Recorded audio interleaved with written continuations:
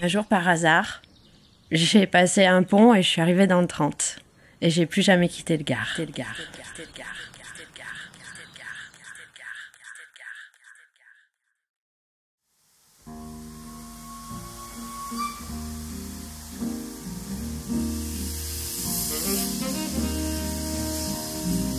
La Gancom attirait que des gens qui voulaient travailler à la mine. Hein. Soit ils venaient d'ici, des environs, soit ils venaient d'Ardèche, de Lozère, des départements un peu plus hauts, pour s'embaucher à la mine. C'était fin 19e, hein. C'était à partir de 1860, 1870 que les gens ont commencé à descendre. À Montagne, il y avait une surpopulation, on ne mangeait pas à sa faim, il faisait très froid. Donc quand ils sont arrivés à la Gancom, malgré la dureté du travail, ils mangeaient à leur faim, ils se chauffaient, ils avaient leur charbon, ils avaient un appartement. La première véritable immigration est arrivée pendant la Première Guerre mondiale. Ils ont fait venir des prisonniers, des réfugiés, etc. Après, surtout 1918, parce que tous ces gens qui étaient morts, il fallait les remplacer. Et à ce moment-là, on a fait venir des étrangers. C'était des Européens, des Polonais. Mais pendant la guerre, il y avait eu des Serbes, il y avait eu des Russes, il y avait toutes sortes de gens qui sont venus travailler. Et après la guerre, oui, ça s'est systématisé.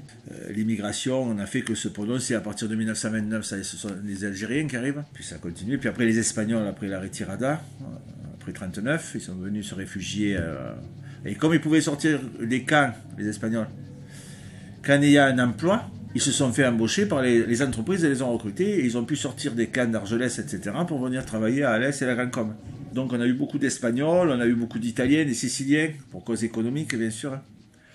On a eu à peu près 40 minorités qui sont venues travailler à la Gancom. Quand je dis minorité, c'est quasiment des nationalités, slovènes, hongrois, toutes sortes de gens.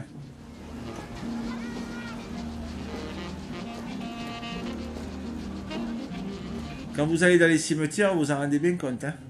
Vous êtes déjà allé au cimetière? Allez aux salles ou à la Gancom, vous verrez quand même le nombre de gens d'origine étrangère.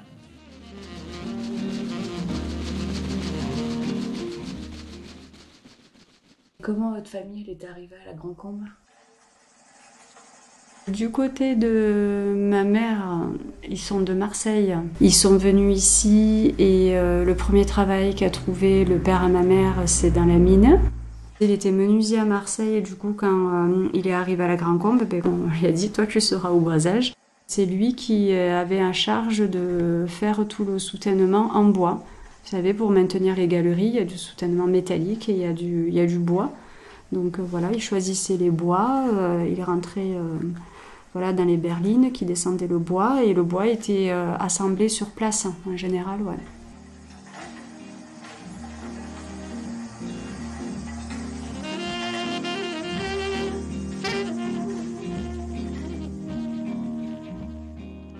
Mon père est d'origine espagnole, il a immigré en France à la fin de la guerre, en Espagne.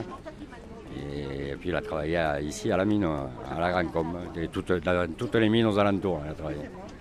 Il a fait je ne sais plus combien d'années au fond, donc après il était à la retraite. J'ai vu ses blessures, ses cicatrices, j'ai eu des éboulements, j'ai même un oncle qui est mort à la mine dans un coup de grisou.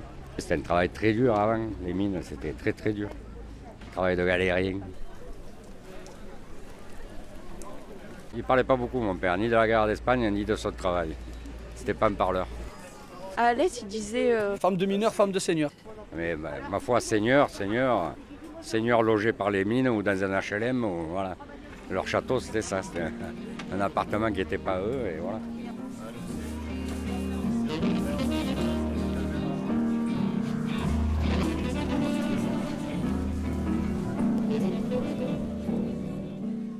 Ça fait combien de temps que tu habites ici? Moi, ça fait 43 ans. J'ai tout vécu ici. Ouais, j'ai tout vu, j'ai tout vu. 43 ans que je suis le vrai natif de la Grand-Combe, moi. Mon grand-père était mineur. Mon père, il était mineur. Il vivait entre la France et l'Algérie. Il s'est installé à Chanclezon. Il y a eu un grand feu en 86. Le plus grand feu d'Europe, ça a été. J'avais 4-5 ans, moi. Et de là, on est descendu à la Grand-Combe. J'ai arrêté l'école et après j'étais éducateur. Après on m'a proposé le poste de travail à la mairie. C'était moins difficile et après c'était la sécurité de l'emploi. Mais bon, si j'aurais pu rester avec les jeunes, je serais resté avec les jeunes. Je suis entraîneur de foot au Pradel. J'entraîne des petits, j'entraîne des grands. Je suis toujours là-dedans. Franchement, je donne de mon temps ici. Beaucoup. Hein. C'est ma ville. Hein. Même si je pars, j'ai envie de revenir à la Grand Com parce que voilà. Ah oui, j'ai tout le monde ici, moi.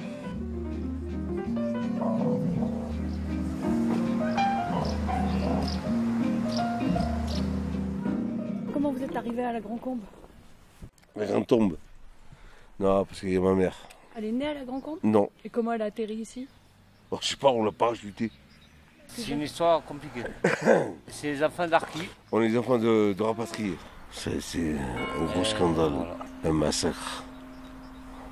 Quand vous grandissez dans des camps de prisonniers. Et quand vous grandissez comme ça, c'est le français, c'est l'arabe, c'est le traître, c'est l'Arki. Toute ma vie, j'ai dû me battre. Lui, c'est le fils de Pied Noir. C'est pareil, Pied Noir.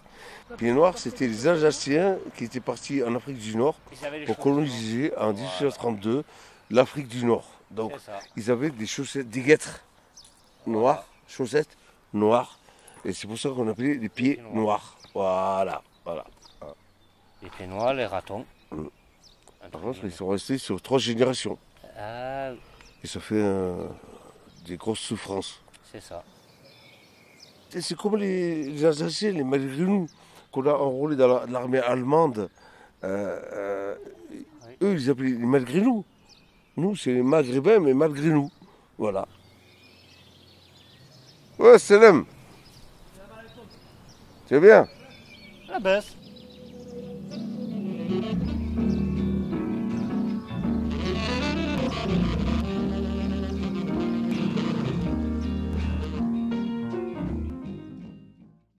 T'habites à la Grand Combe? Pour le moment, ouais, je suis logé par le CEP en fait, en attendant de trouver un appartement. Je fais tout ce qu'il faut quoi pour me ressortir d'une misère que j'ai vécue l'année dernière. Et t'es arrivé comment à la Grand Combe? Grâce à la Croix-Rouge à Alès.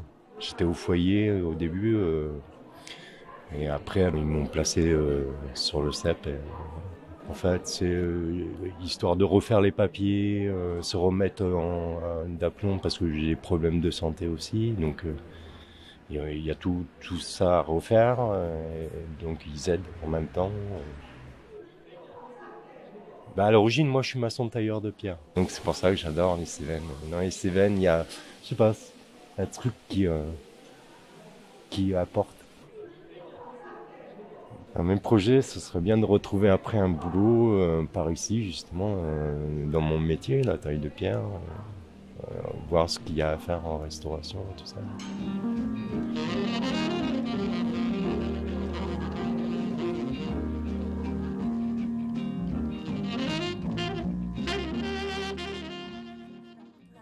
On a un petit groupe de personnes qui ont décidé d'emménager ici et on avait déjà une association.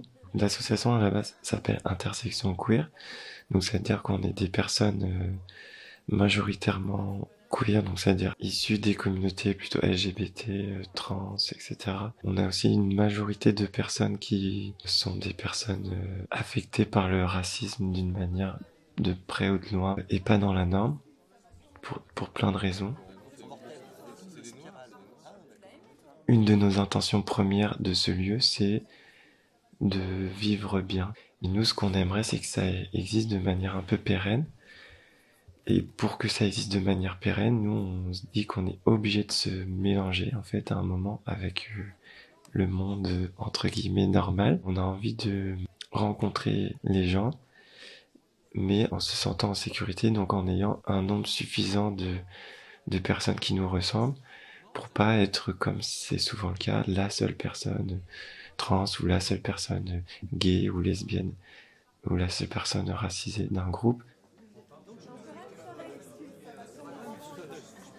On a conscience qu'il y a plein de personnes qui sont minorisées de plein de manières parce qu'elles vont être pauvres ou elles vont être en situation de handicap ou vivre certaines choses, certains parcours. Et vous avez été bien accueillis à la Grand Combe? Les gens étaient plutôt ravis qu'il y ait un groupe de jeunes, même si on paraissait queer, enfin un peu en dehors de la norme, ça avait l'air de pas du tout poser de problème. Et plutôt les gens étaient ravis qu'on ait envie de peut-être venir faire des choses ici, enfin un groupe de jeunes dynamiques et tout qui avait envie, enfin ouais, du coup on se dit ah mais trop bien, enfin ça c'était pas souvent en fait que ça nous arrivait.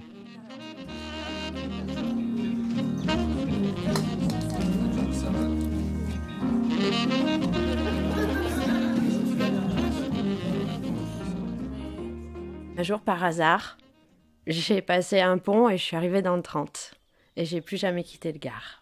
Donc moi je suis chiffonnière. Maintenant on appelle ça de l'upcycling. C'est très à la mode et moi j'ai toujours vu ma grand-mère le faire.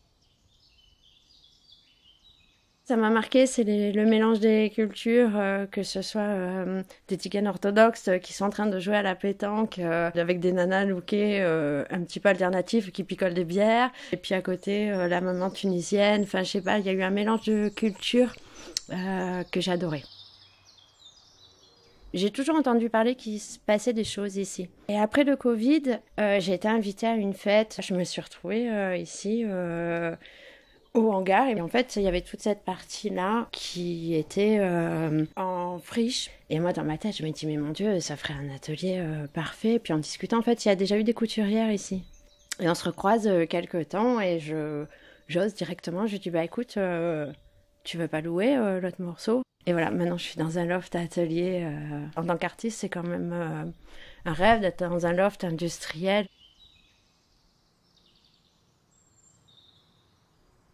Et je me souviendrai toujours la première fois que j'ai pris la route des Carabiniers. Et elle tourne, on voit ces bois verts, donc c'est une couleur quand même assez spéciale sur les chênes verts qu'il y a ici. Et ce côté dense et touffu, et en fait c'est des forêts où on a l'impression qu'il n'y a pas de chemin. Bah, c'est un peu comme la vie ici. Quand on regarde, en fait, il y a plein de chemins partout.